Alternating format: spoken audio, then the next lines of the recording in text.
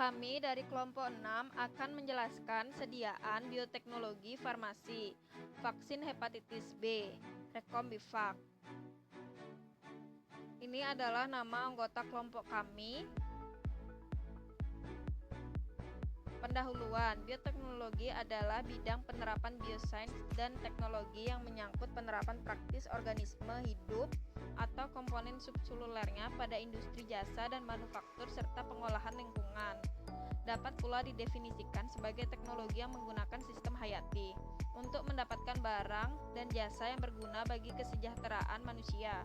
Bioteknologi memanfaatkan bakteri, ragi, kapang, alga, sel tumbuhan, dan sel hewan yang dibiakkan sebagai konstituen berbagai proses industri. Berikut overview yang akan kami jelaskan. Pertama, definisi Rekombivac.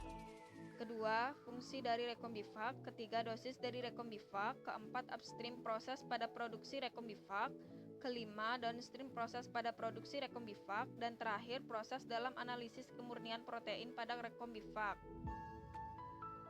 Definisi Rekombivac HB, vaksin manusia pertama yang dibuat dengan rekomendasi teknologi DNA BINAT. Awalnya dilisensikan pada tahun 1986. Itu antigen permukaan virus hepatitis B. Dalam vaksin ini adalah BINAT, self-assembling lipid yang mengandung partikel dengan diameter dari 22 nanometer. Diekspresikan berlebih dalam ragi. Partikel mirip virus HBsAg yang dimurnikan VLP terbukti mengalami pematangan spontan untuk meningkatkan stabilitas VLP sambil memperkuat interaksi antar sumbit melalui pembentukan ikatan disulfida. Fungsi produk Rekombivac. Jadi Rekombivac HB adalah vaksin yang diindikasikan untuk pencegahan infeksi yang disebabkan oleh semua subtype virus hepatitis B. Jadi Rekombivac HB disetujui untuk digunakan pada individu dari segala usia. Rekombivac HB formulasi dialisis disetujui untuk digunakan dalam predialisis dan dialisis pasien berusia 18 tahun ke atas. Dan juga untuk mengurangi prevalensi antigen hepatitis B permukaan atau HBsAg pada kelompok yang dilahirkan sejak pelaksanaan program. Sebuah cara praktis untuk menentukan perlindungan jangka panjang yang diberikan oleh vaksin HB adalah dengan memperkirakan insidensi infeksi breakthrough positif anti-HBC serta karir kronis HBsAg positif di antara individu yang sudah divaksinasi sebelumnya. Selanjutnya ada dosis dari Rekombivac itu sendiri. Jadi dapat dilihat pada tabel dari kelompok usia dan juga produk-produk vaksin HB lainnya. Selain produk Rekombivac HB ada juga Engerix B, Compax, Pediatrix, dan Twintrix.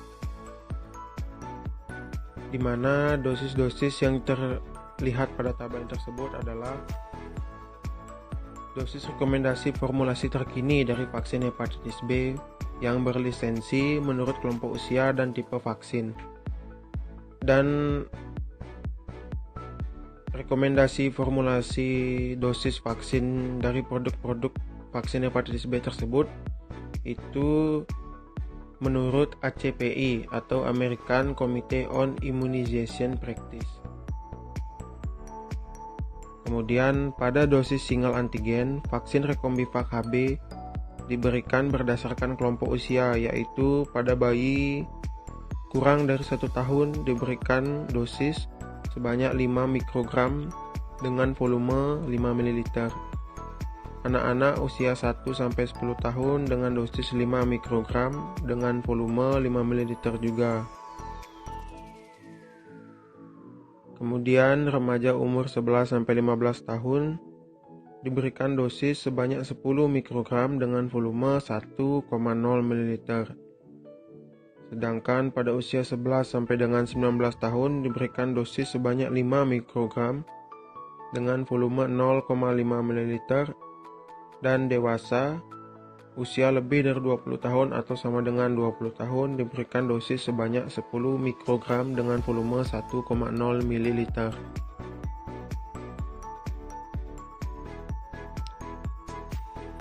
Baik, selanjutnya saya akan menjelaskan mengenai upstream processing dari vaksin hepatitis B dengan produk rekombinannya, yaitu produk dengan nama Recombivac.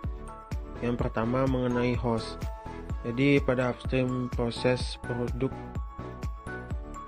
vaksin rekombinan ini, host yang digunakan itu adalah E. coli. Karena E. coli itu merupakan bakteri yang membutuhkan biaya media yang murah, kemudian cepat berkembang biak, serta teknologinya sudah berkembang paling luas. Kemudian berbagai protein rekombinan dari bakteri Archaebacteria maupun dari eukariotik dapat diproduksi secara efisien pada E. coli ini. Yang kedua adalah sumber gen. Jadi penggunaan mikroorganisme virulen yang dilemahkan ataupun yang dibunuh telah diganti dengan penggunaan vaksin subunit yang lebih efektif dengan teknologi DNA rekombinan. Melalui penggunaan teknologi tersebut, gen tertentu dari mikroorganisme virulen dapat dikloning atau dapat diperbanyak, diekspresi dan dievaluasi penggunaannya sebagai vaksin. Dalam hal ini adalah penggunaannya sebagai vaksin hepatitis B, yaitu produk Recombivac. Kemudian pada penelitian ini juga telah dikloning bagian gen penyandi protein hidrofilik dari protein S dari antigen permukaan virus hepatitis B untuk digunakan sebagai penghasil kandidat vaksin rekombinan. Gen tersebut kemudian diligasi dengan vektor PGEX4T2. Jadi vektor yang digunakan itu adalah vektor PGEX4T2 dan disequencing. Kemudian setelah disequencing, pensejajaran hasil sequencing tersebut dengan sequen asli virus hepatitis B menunjukkan kesamaan. Hasil utama klon pembawa gen penyandi protein S yang selanjutnya dapat digunakan untuk menghasilkan kandidat vaksin rekombinan hepatitis.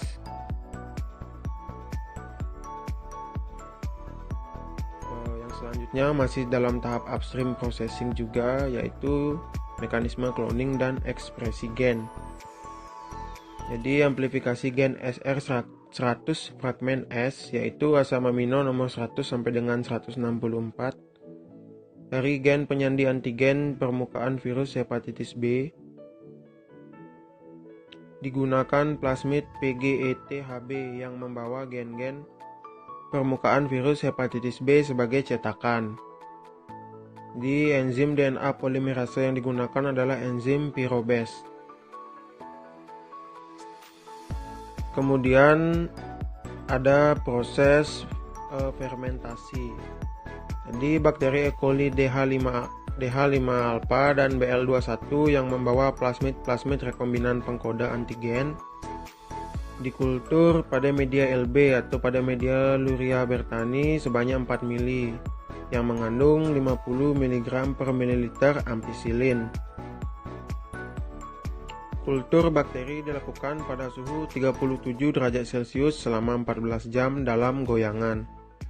Setelah OD-nya mencapai 0,3 IPTG atau 0,3 isopropyl thiogalactoside dengan diameter 0,1 mm ditambahkan pada biakan untuk merangsang produksi antigen. Downstream proses vaksin hepatitis B atau HBsHG Recombivac ada 3. Yang pertama proses pemisahan protein dengan sel, yang kedua pemurnian protein, dan yang ketiga modifikasi protein. Proses pemisahan protein dengan sel. Pelet biakan yang sudah diencerkan dengan buffer PBS atau fosfat buffer salin tersebut ditambahkan 1 mg lizozim dan 0,1 mg penylmethyl sulfonyl fluoride atau PMSF. Dilanjutkan dengan pemecahan dinding bakteri dengan teknik sonifikasi berulang berdurasi 1 menit. Sentrifugasi pada kecepatan 10.000 rpm, suhu 4 derajat Celcius selama 10 menit dilakukan untuk memisahkan protein rekombinan dan dinding sel bakteri. Supernatan yang diperoleh ditambahkan dengan 5 mikroliter sampel buffer untuk SDS-PEG. Dilanjutkan dengan proses denaturasi protein dengan pemanasan pada suhu 80-90 derajat Celcius selama 2-3 menit. Setelah itu, sampel siap di-loading ke dalam agar. Untuk dilanjutkan, dilakukan elektroforesis selama 45 menit. Setelah melakukan pengecatan dengan Comasis Brilliant Blue dan pencucian dengan larutan asam asetat dan metanol, pita antigen yang dihasilkan dapat dilihat langsung. Pemurnian protein. Pemurnian protein rekombinan merupakan pemisahan protein rekombinan atau antigen permukaan virus hepatitis B GST dengan protein-protein yang secara alami diproduksi di dalam tubuh bakteri. Pemurnian antigen rekombinan dilakukan dengan menggunakan kolom GST-Rep yang disambung dengan kolom HIT-Rep atau Amersam 1 mili. Kolom tersebut dibilas 5 kali dengan binding buffer. Setelah itu, sampel dimasukkan ke dalam kolom dan kolom tersebut ditempatkan di tempat yang lebih tinggi pada suhu 4 derajat Celcius untuk memungkinkan meneteskan buffer maupun protein rekombinan dari dalam kolom. Kemudian, kolom dibilas dengan elution buffer untuk melepas protein rekombinan. Protein rekombinan akan terlepas dari kolom dan terlarut bersama elution buffer. Pengecekan terhadap supernatan yang keluar dari kolom dengan SDS-PEG dilakukan untuk memastikan bahwa hanya proses rekombinan tersebut yang berhasil diikat oleh kolom. Adanya pita tunggal menunjukkan bahwa antigen yang dihasilkan adalah protein rekombinan atau antigen permukaan hepatitis B GST. Selanjutnya ada modifikasi protein. Yang pertama ada kromatografi, di mana pemisahan protein secara elektroforesis digunakan untuk mendapatkan polipeptida murni dalam jumlah sedikit, tetapi tidak menghasilkan protein asal yang murni dalam jumlah besar. Bermacam protein telah dimurnikan dalam bentuk aktif berdasarkan sifat-sifat seperti ukuran, muatan, dan afinitas pengikatan spesifik. Pemisahan protein yang lebih tegas berdasarkan ukuran dapat diperoleh dengan teknik kromatografi filtrasi gel. Sampel dimasukkan pada bagian atas kolom yang berisi butir berpori yang terbuat dari polimer terhidrasi yang tidak larut seperti dextran atau agarose atau poliakrilamida. Yang kedua ada kit NiNTA atau nikel nitrilotriacetic acid, di mana kromatografi afinitas ini adalah salah satu cara yang baik untuk memurnikan protein. Teknik ini didasarkan pada sifat protein yang dapat berikatan secara spesifik dan reversible dengan suatu senyawa atau unsur yang biasa disebut dengan ligan. Interaksi spesifik ini terjadi antara ligan dan ligan akan mempertahankan protein target pada matriks nitrilotriacetic acid atau NTA. Sedangkan komponen lainnya akan melewati matriks. Nah, yang terakhir ada SDS-PEG, di mana SDS-PEG ini juga digunakan untuk metode pemurnian protein, yaitu yang dilakukan untuk memisahkan dan menganalisis protein. Dan prinsip dari SDS-PEG ini adalah protein yang berukuran kecil akan bermigrasi lebih cepat dibanding protein berukuran besar dalam gel yang dialiri muatan listrik. Sodium dedoxisulfat yang digunakan dalam metode SDS-PEG adalah sejenis deterjen bermuatan negatif yang dapat mengikat protein sehingga protein tersebut dapat bermigrasi ke ujung. Jadi selanjutnya adalah analisis kemurnian protein vaksin hepatitis B, HBsAg, rekombivax. Jadi di sini akan kita bahas satu persatu mulai dari protein rekombinan, kemudian deteksi pengotor produk berbasis protein, dan yang terakhir adalah pemurnian. Yang pertama adalah protein rekombinan. Jadi protein yang didapatkan dari hasil yaitu teknologi DNA rekombinan. Jadi melalui teknik ini dapat dilakukan pemindahan gen, pengode, enzim atau protein dari suatu organisme ke organisme lain, sehingga bila enzim atau protein tersebut memiliki identifikasi kandidat enzim yang cocok digunakan dalam skala industri. Jadi gen ini, pengode enzim atau protein tersebut dapat dikloning dalam suatu mikroorganisme inang yang spesifik untuk dilakukan produksi dalam skala industri. Lalu protein yang digunakan untuk kepentingan pengobatan dan terapi ini memiliki tingkat kemurnian yang sangat tinggi, sehingga teknologi DNA rekombinan juga telah menyediakan berbagai macam strategi yang bertujuan untuk meningkatkan produksi dan mempermudah pemurnian protein tersebut. Selanjutnya adalah deteksi pengotor produk berbasis protein. Jadi kita bisa lihat gambarnya. Jadi ini adalah elektroforesis gel poliakrilamida sodium dodesil sulfat atau disebut dengan SD-SPEC. Jadi merupakan teknik analisis yang paling umum digunakan dalam penilaian kemurnian produk akhir. Jadi teknik ini mudah dilakukan dan tidak memberikan resolusi tinggi pemisahan polipeptida berdasarkan massa molekul proteinnya. Jadi SD-SPEC ini biasanya berjalan dalam kondisi yaitu reduksi. Penambahan zat pereduksi seperti B-maltosetoetanol atau dithiotreitol atau DTT mengganggu hubungan disulfida antar rantai atau rantai interrantai. Jadi polipeptia individu yang disatukan melalui hubungan disulfida dalam protein oligomer akan terpisah satu sama lain berdasarkan massa molekulnya. Kemudian selanjutnya adalah pemisahan protein dengan SD-SPEC. Hasil sampel protein, kita lihat gambarnya, diinkubasi dengan SDS dan juga agen pereduksi yang mengganggu hubungan disulfida. Kemudian medan listrik diterapkan melintasi gel setelah sampel protein yang akan dianalisis dimasukkan ke dalam sumur gel. Kemudian tingkat migrasi protein ke anoda bergantung pada ukuran protein. Selanjutnya adalah hasil pemurnian. Jadi kita bisa lihat gambar yang pertama juga memperlihatkan bahwa E. coli BL21 yang tidak membawa plasmid rekombinan kita bisa lihat pada sampel nomor 1, kemudian memiliki pola penampakan pita yang berbeda dengan E. coli, yaitu BL21 yang membawa plasmid rekombinan PGEX PT2 pada sampel nomor 2. Kemudian PGX HB100 itu pada sampel 3 dan 4. Kemudian kita lihat gambar nomor 2. Jadi ini adalah hasil pemurnian juga. Penelitian ini telah menguji ekspresi plasmid rekombinan dengan menggunakan yaitu bakteri E. coli DH5-alpha serta bakteri E. coli yaitu BL21. Jadi bakteri E. coli DH5-alpha merupakan bakteri inang yang umum dipergunakan untuk tujuan cloning dan memperbanyak plasmid.